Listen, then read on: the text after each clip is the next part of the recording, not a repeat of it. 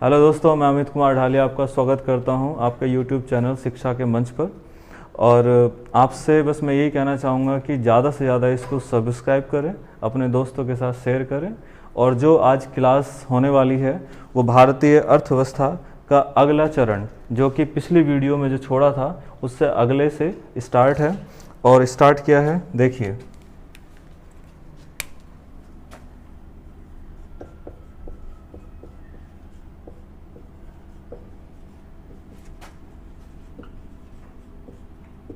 भारतीय अर्थव्यवस्था, इसका जो दूसरा जो टॉपिक है जिसको हम लेकर चलना है वो है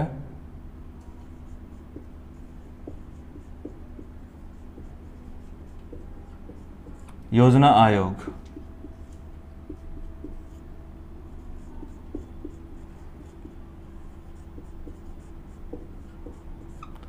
और नीति आयोग। देखिए, योजना आयोग और नीति आयोग दोनों के दोनों टॉपिक ऐसे हैं कि ये आपके एग्जाम में कहीं ना कहीं किसी न किसी रूप में किसी न किसी बात को लेकर हमेशा आपको रखे हुए मिलते हैं। वो कैसे होगा, किस तरह से होगा, हम इस पर बराबर तरीके से इस पर चर्चा करेंगे। और किसी भी प्रकार से इसके अंदर जो भी हमें महत्वपूर्ण टॉपिक लगते हैं हम उनके बारे में पूर्ण रूप से पढ़ेंगे भी। और अगर पॉसिबल हो सकता है जितने भी बच्चे हैं वो अपनी कॉपी और पेन उठाकर वीडियो के सामने बैठ जाएं और जो जो कंटेंट मैं लिखवा रहा हूं उस कंटेंट को उस पर उतारते रहें। अगर कोई दूर है या नहीं उतार पाता है तो उसका स्क्रीनशॉट उसको ले सकते हैं। ठीक है, चलिए तो पहला हम देख लेते हैं योजना आयोग। देखिए, योजना आयोग को जानने के लिए सबसे पहले हम इसकी संरचना को देख लें। सबसे महत्वपूर्ण बात यह होती है, तो उसकी संरचना एक बार हम देख लेते हैं कि क्या है। संरचना यानी कि स्ट्रक्चर इसका।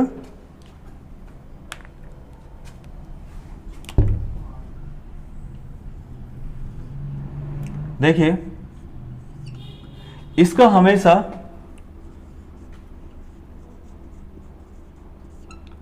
एक अध्यक्ष,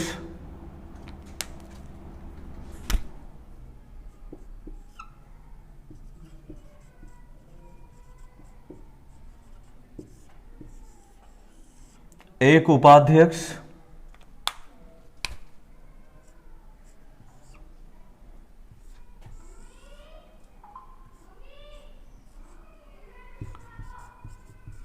चार सदस्य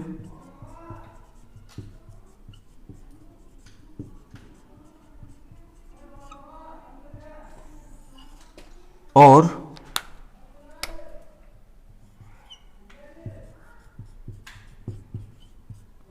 एक सचिव होता था। ठीक है, अब ये लोग ही मिलकर क्या करते थे, ये लोग ही मिलकर पूरी की पूरी पंचवर्षीय योजनाओं को बनाया करते थे। लेकिन यहां पर सवाल ये उठता है कि वर्तमान में इस योजना आयोग को समाप्त कर दिया गया। और समाप्त कर दिया गया तो इसकी शुरुआत कब की गई, अर्थात इसको गठित कब किया गया।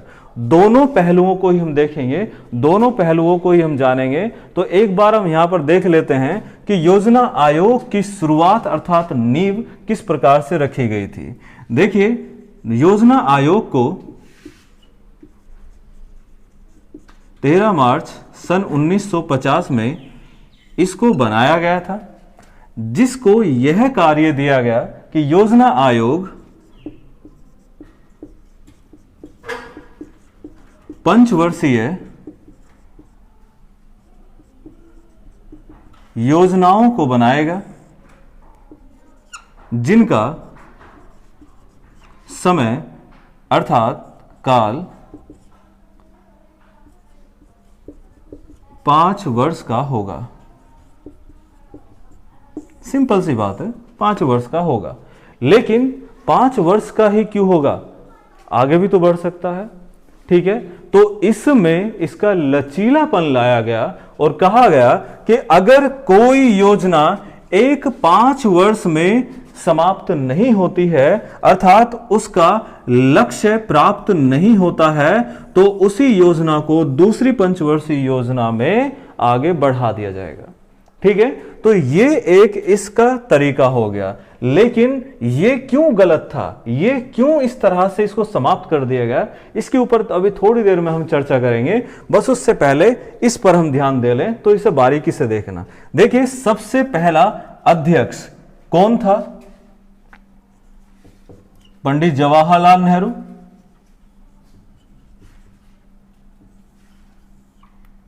प्रथम उपाध्यक्ष गुलजारी लाल नंदा। सदस्य बिल्कुल भी आपके एग्जाम में नहीं आता है और आज तक ना ही कुछ पूछा गया है। जब भी पूछा गया है पहला अध्यक्ष कौन था और पहला उपाध्यक्ष कौन था। तो अब इस पे एक हमेशा ध्यान रख लो कि मेरे भाई, जो भी इस योजना आयोग का अध्यक्ष होगा वह अध्यक्ष हमेशा पीएम होगा, अर्थात प्रधानमंत्री होगा। ठीक है, वही सेम प्रक्रिया नीति आयोग में भी लागू कर दी गई है। लेकिन अब देखते हैं कि इसके पीछे के पहलू क्या क्या थे। देखिए कि सबसे पहली चीज ये कि जो इसने पंचवर्षीय योजना बना दी, चाहे वो उस योजना के अंदर कुछ भी रखा हो, उसको प्रत्येक राज्य को मानना पड़ता था।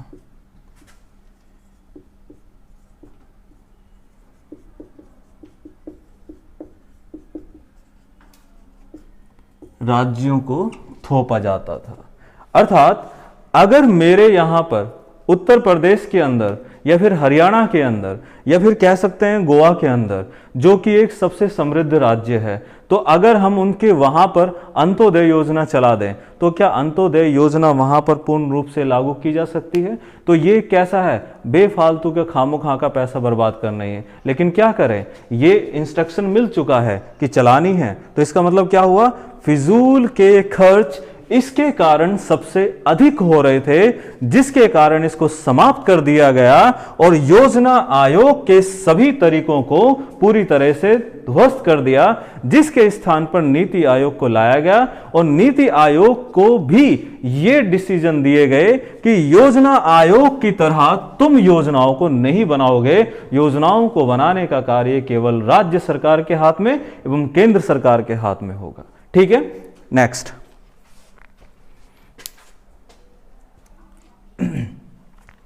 देखिए, योजना आयोग के अंदर एक सबसे, अब छोटी छोटी मोटी मोटी बातों को देख लेते हैं कि देखिए सबसे पहले कि ये एक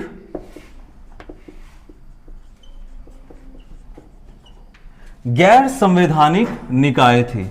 गैर संवैधानिक निकाय अर्थात जिसका जिक्र संविधान में ना किया गया हो, ऐसी निकाय को हम क्या कहते हैं, गैर संवैधानिक निकाय कहते हैं। उसके बाद इसको हमने क्या बोल दिया,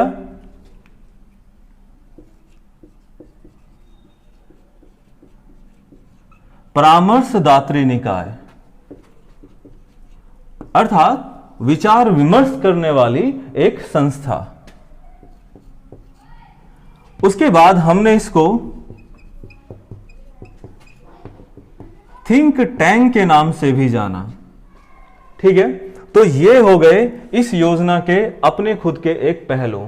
इसी प्रकार से अब हम देख लेते हैं कि नीति आयोग या फिर किस तरह से। तो सबसे पहले हम देखिए, योजना आयोग 15 मार्च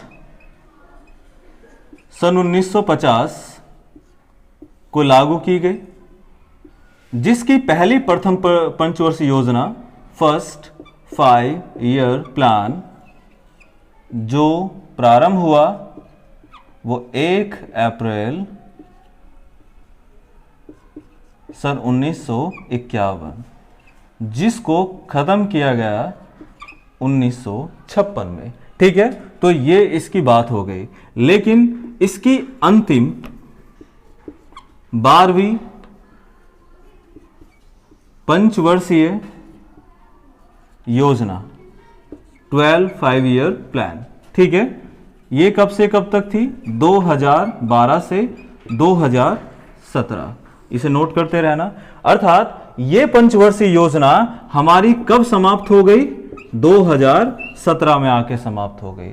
और योजना आयोग कब समाप्त कर दिया गया था?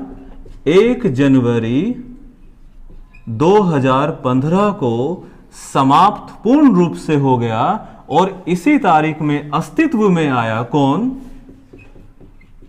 नीति आयोग। ठीक है। उसके बाद देखिए कि जब यह पूर्ण रूप से अस्तित्व में आ गया तो सवाल एक इस बात का उठता है कि आखिर यह विचार आया कहां से कि एक योजना आयोग होना चाहिए। तो इस पे भी एक बार निगाह डाल लेते हैं कि ये योजना आयोग आया कहां से। इसको थोड़ा सा मैं ओरली बोल रहा हूं और अपनी पूर्ण रूप से इसे चाहे स्लो करके या कैसे भी करके इसे लिख लेना और नोट करो कि योजना आयोग को लाने के लिए सबसे महत्वपूर्ण भूमिका जो निभाई थी वो एम विश्वेश्वरैया ने निभाई थी। और उससे पहले जो भूमिका निभाई थी वो मोतीलाल नेहरू ने निभाई थी, जो कि मोतीलाल नेहरू सन 1927 ईस्वी में योजनाओं को लेकर उन्होंने रूस के लिए विजिट किया था कि मैं एक बार उस देश में जाकर देखूं जहां पर पहले से ही योजनाएं चल रही हैं। जो योजनाएं रूस में चल रही थी तो वहां हमने देखा कि सन 1920 से ही योजनाएं प्रारंभ होगी, जो कि पंचवर्षीय योजनाएं थी। जबकि हमारे यहां पर पंचवर्षीय योजनाएं कब प्रारंभ हुई? 1951 में हुई। लेकिन वहां पर देखिए कब हुई? 1920 में हो गई। अर्थात ये रूस पहले से ही था। तो रूस के अंदर विजिट करने वाला 27 में कौन था? मोतीलाल नेहरू। ये व्यक्ति थे जो गए और वहां पर विजिट किया और भारत में आकर एक पूर्ण रूप से अच्छे से इसके बारे में विचार विमर्श करते हुए कहा कि हमें अपने लोगों के लिए, अपने लोगों के विकास के लिए एवं देश की अर्थव्यवस्था को सुधारने के लिए, जो कि हम गुलाम देश में अभी भी जी रहे हैं, परंतु अपने लोगों के लिए हमें कुछ ना कुछ करना होगा, विकास के कार्य करने होंगे, तो इसलिए हमें कुछ ना कुछ कदम उठाना पड़ेगा। तब जाकर सन 1935 में एक कांग्रेस अधिवेशन के दौरान, ठीक है, जिसकी अध्यक्षता किसने की थी? नेहरू ने की थी। और इस नेहरू ने अध्यक्षता करते हुए एक डिसीजन लिया कि राष्ट्रीय नियोजन समिति का गठन किया जाएगा। और गठन कर भी दिया। किस वर्ष? 1938 में इस राष्ट्रीय नियोजन समिति का गठन कर दिया, जिसके अध्यक्ष कौन बने?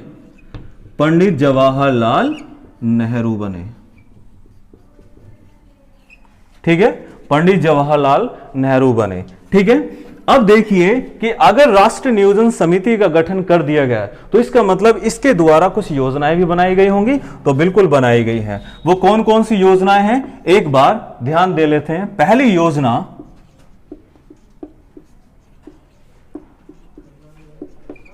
बॉम्बे प्लान। ये योजना कब शुरू की गई? 44 में। किसके द्वारा की गई?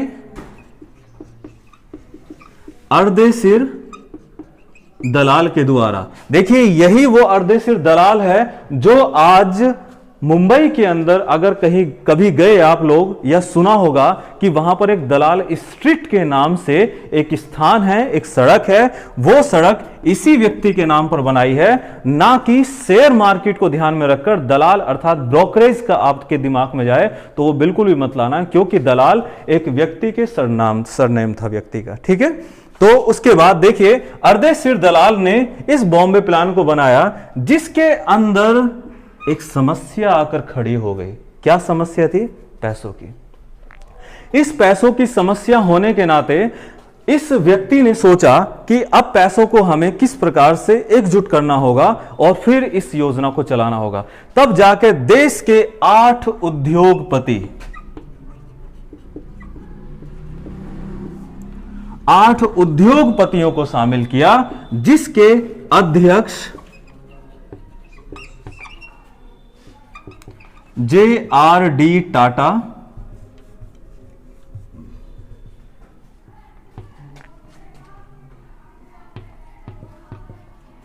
JRD टाटा और उपाध्यक्ष JD बिरला को बनाया गया।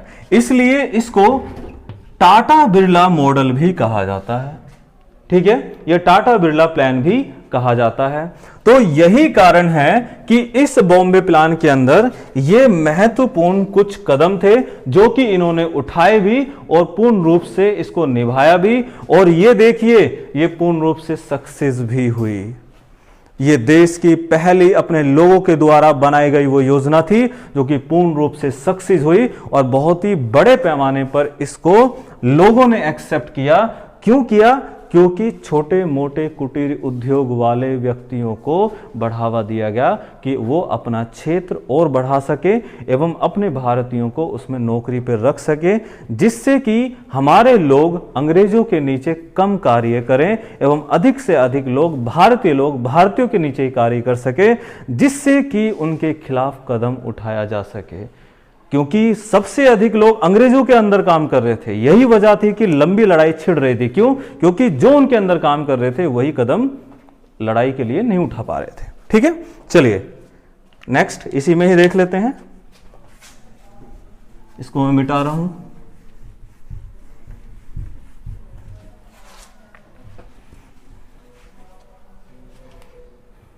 चलिए, अब दूसरी योजना कौन सी थी?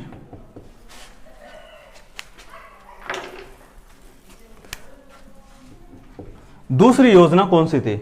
वह योजना थी गांधीवादी योजना। देखिए, गांधीवादी योजना जो बनाई गई, सेम इसके सक्सेस होते ही तुरंत 1944 में इसको बना दिया गया। जैसे ही 1944 में इसको बनाया गया, लेकिन अब ये मॉडल किसका था? ये विचार किसका था? ये कार्य किसका था? इसके ऊपर कौन कार्य कर रहा था? इसके अंदर रहते हुए किसने कार्य किया? तो एक बार देखिए, इसको बनाने वाला था श्रीमन राय। ठीक है, श्रीमन राय, या फिर हम इसको बोल देते हैं श्रीमन नारायण। ठीक है, श्रीमन नारायण ये वो व्यक्ति था जो गांधी जी का भक्त था। इसी व्यक्ति ने गांधी जी के ऊपर उनके विचारों को ध्यान में रखते हुए लोगों के लिए इस योजना को बनाया, जिससे कि जनता को अधिक से अधिक फायदा मिल सके। लेकिन इनका विचार ये पूर्ण रूप से गलत साबित हो गया और यह योजना विफल हो गई। ठीक है, यह योजना विफल हो गई। उसके बाद आते हैं हम तीसरी योजना पर। तीसरी योजना का क्या नाम था?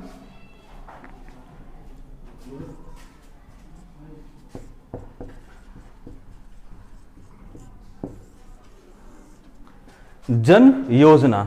जन योजना को बनाने वाला व्यक्ति क्या नाम था? हां, एमएन राय। ठीक है, एमएन राय। कब किया गया था? 19 जन योजना बनाई जो कि एमएन राय के द्वारा बनाई गई 1945 में। ठीक है, 1945 में इसको बनाया गया, लेकिन सेम चीजें जनता को ध्यान में रखकर। क्यों ध्यान में रखकर? क्योंकि भैया जनता तो हमारी सारी की सारी लड़ाई में लड़ी हुई थी या फिर लड़ाई में लगी हुई थी, और किसी ने भी इस योजना का कोई फायदा नहीं उठाया, जिसके कारण यह योजना पूर्ण रूप से विफल हो गई। अब यह बात आ रही है 45 की। तो अब हम थोड़ा सा आगे बढ़ते हैं और थोड़ा आगे बढ़ते हुए देखते हैं। देखिए, वह योजना है सर्वोदय योजना। ठीक है, सर्वोदय योजना। यह योजना कब बनाई गई? सन 1950 ईस्वी में किसके द्वारा बनाई गई?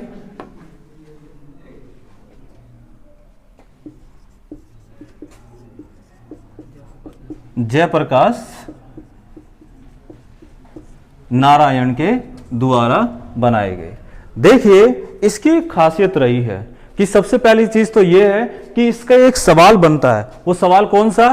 कि भारत की वह योजना जो कि स्वतंत्र भारत में बनाई गई थी, और सर्वप्रथम योजना भी स्वतंत्र भारत की कौन सी थी?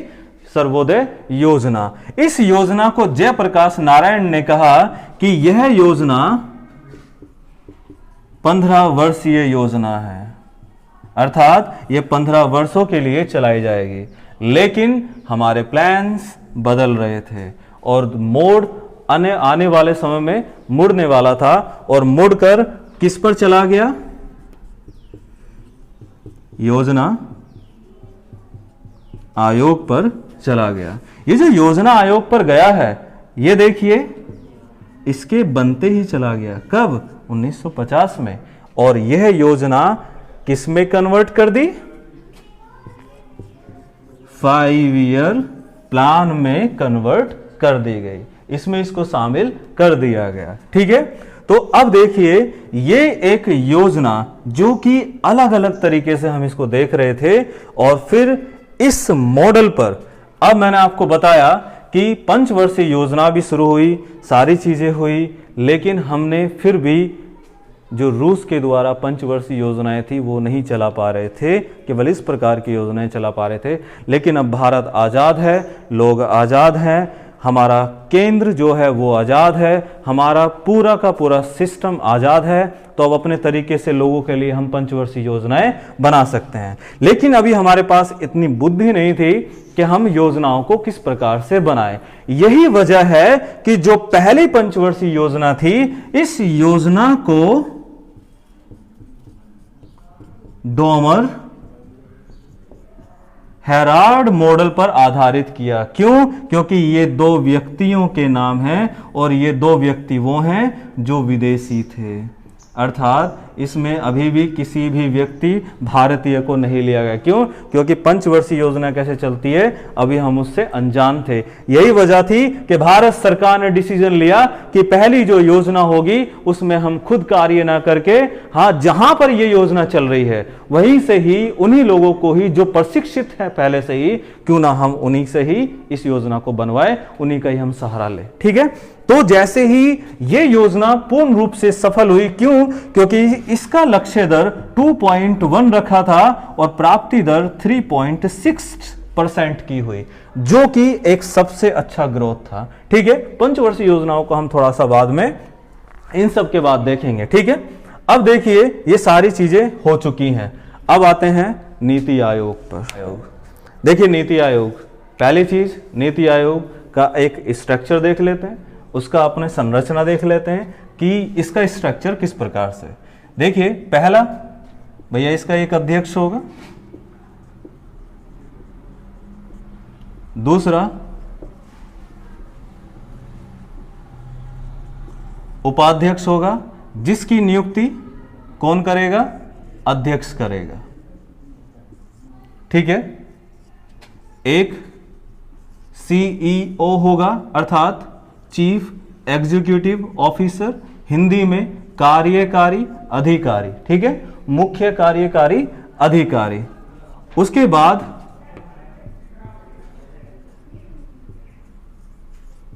पूर्णकालिक सदस्य होंगे,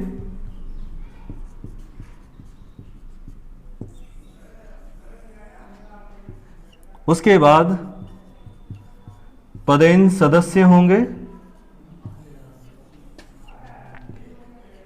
उसके बाद आमंत्रित सदस्य होंगे, इनवाइटेड मेंबर्स। ठीक है, एक्स ऑफिसो मेंबर्स इंग्लिश में। और देखिए इनकी खासियत, ये दोनों के दोनों जो मेंबर हैं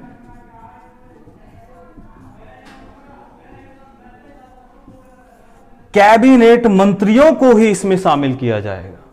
ठीक है, पदेन सदस्य में और आमंत्रित सदस्य में केवल कैबिनेट मंत्रियों को शामिल किया जाएगा जिन पर अपने अपने खुद के मंत्रालय होंगे, क्योंकि कार्य कौन कर रहे हैं, वो लोग कर रहे हैं। तो अपना व्यू कौन दे सकते हैं, केवल ये दे सकते हैं। कमियों को कौन बता सकते हैं, ये बता सकते हैं। विकास के कार्यों को कैसे पूरा किया जा सकता है, ये कर सकते हैं। क्योंकि ये जो मंत्री हैं, इनके नीचे जो अधिकारी हैं, वो इनको और ये इनको पूरी तरह से विचार देने के लिए बाध्य कर सकते हैं। अगर इनको पूरी टीम को एक विचार अच्छा लगा तो ये इनके द्वारा अर्थात केंद्र के द्वारा या राज्य के द्वारा जितनी भी योजनाएं होंगी उसको आगे बढ़ा दिया जाएगा। ठीक है। उसके बाद देखिए पूर्णकालिक सदस्य में कौन होते हैं। देखिए सारे के सारे इसमें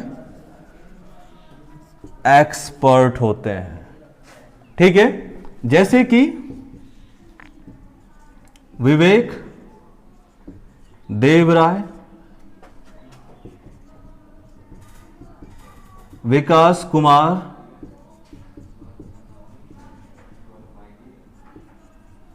सारस्वत, रमेश सिंह। देखिए ये सारे के सारे एक्सपर्ट हैं और ये पहले प्रथम हैं जो पूर्णकालिक सदस्य बने थे। तो देखिए ये व्यक्ति भाई किसमें ऐसा एक्सपर्ट है, तो ये मेरे भाई इकोनॉमिस्ट हैं। ये कौन है, ये DRDO के रक्षा विशेषज्ञ हैं। ये कौन है, ये कृषि वैज्ञानिक है। ठीक है। तो अब जो भी कुछ भी लेकर आएगा इन दोनों में से ये लोग उस पर अपनी एक्सपर्ट राय रखेंगे जिससे कि अच्छी तरह से इसको पूर्ण किया जा सके। ठीक है। तो ये इसका क्या था, एक स्ट्रक्चर था। इसका अध्यक्ष हमेशा PM, जो कि सबसे पहले अध्यक्ष मोदी। उपाध्यक्ष कौन था इसका, पहला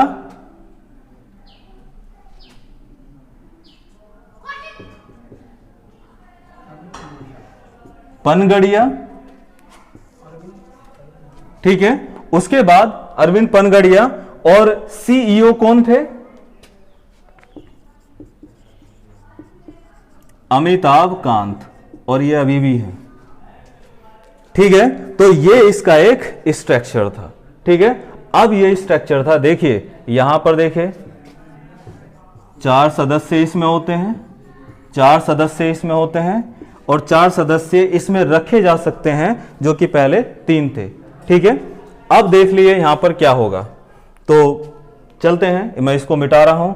अब नीति आयोग और योजना आयोग की कार्य प्रणाली कैसी है उस पर ध्यान दे लेते हैं। देखिए योजना आयोग और नीति आयोग दोनों की कार्य प्रणाली बिल्कुल आप डिफरेंट देखोगे। कैसे, इसकी जो कार्य प्रणाली थी, कार्य करने की जो एक नीति थी, वो कैसी थी, टॉप टू बॉटम। इसकी जो कार्य प्रणाली है बॉटम टू टॉप। यहां पर जो बॉटम जो लिखा गया है नाम, जिसको हम बोल देते हैं निम्न स्तर, निम्न स्तर, इसको क्या कह देते हैं, ग्रामीण स्तर। अर्थात जो भी प्लानिंग नीति आयोग करेगा वह प्लानिंग हमेशा शामिल होगा ग्राम से, यहीं से ही शुरू होगा और ऊपर की तरफ को मूव करता हुआ चला जाएगा। इसीलिए अब से पहले जितने भी ग्रामीण क्षेत्र थे उनका हमेशा विकास क्यों नहीं हो पाता था, क्योंकि ये ऊपर से चलते चलते सारा का सारा पैसा नीचे तक खत्म, इसलिए कभी कुछ नहीं हो पाता। और अब ग्रामों में क्यों सड़कें देखने को मिलती हैं, क्यों सारी चीजें अच्छी मिलती हैं, हर चीज एकदम परफेक्ट सी होती जा रही है, ज्यादा नहीं पर पहले से ज्यादा बेहतर है। ठीक है। तो उस हिसाब को देखते हुए सारी नीतियां कहां से शुरू हो रही हैं, ग्राम से शुरू हो रही हैं। इसलिए इसका क्या है, ये चीज है। तो ठीक है, आज हम यहीं पर समाप्त करते हैं और फिर से रिक्वेस्ट करूंगा कि ज्यादा से ज्यादा इसको शेयर करें, सब्सक्राइबर इसके ज्यादा से ज्यादा बढ़ाने की कोशिश करें और इसे लाइक करें और ज्यादा से ज्यादा इसको पूरा वीडियो देखने की कोशिश करें। ठीक है, धन्यवाद।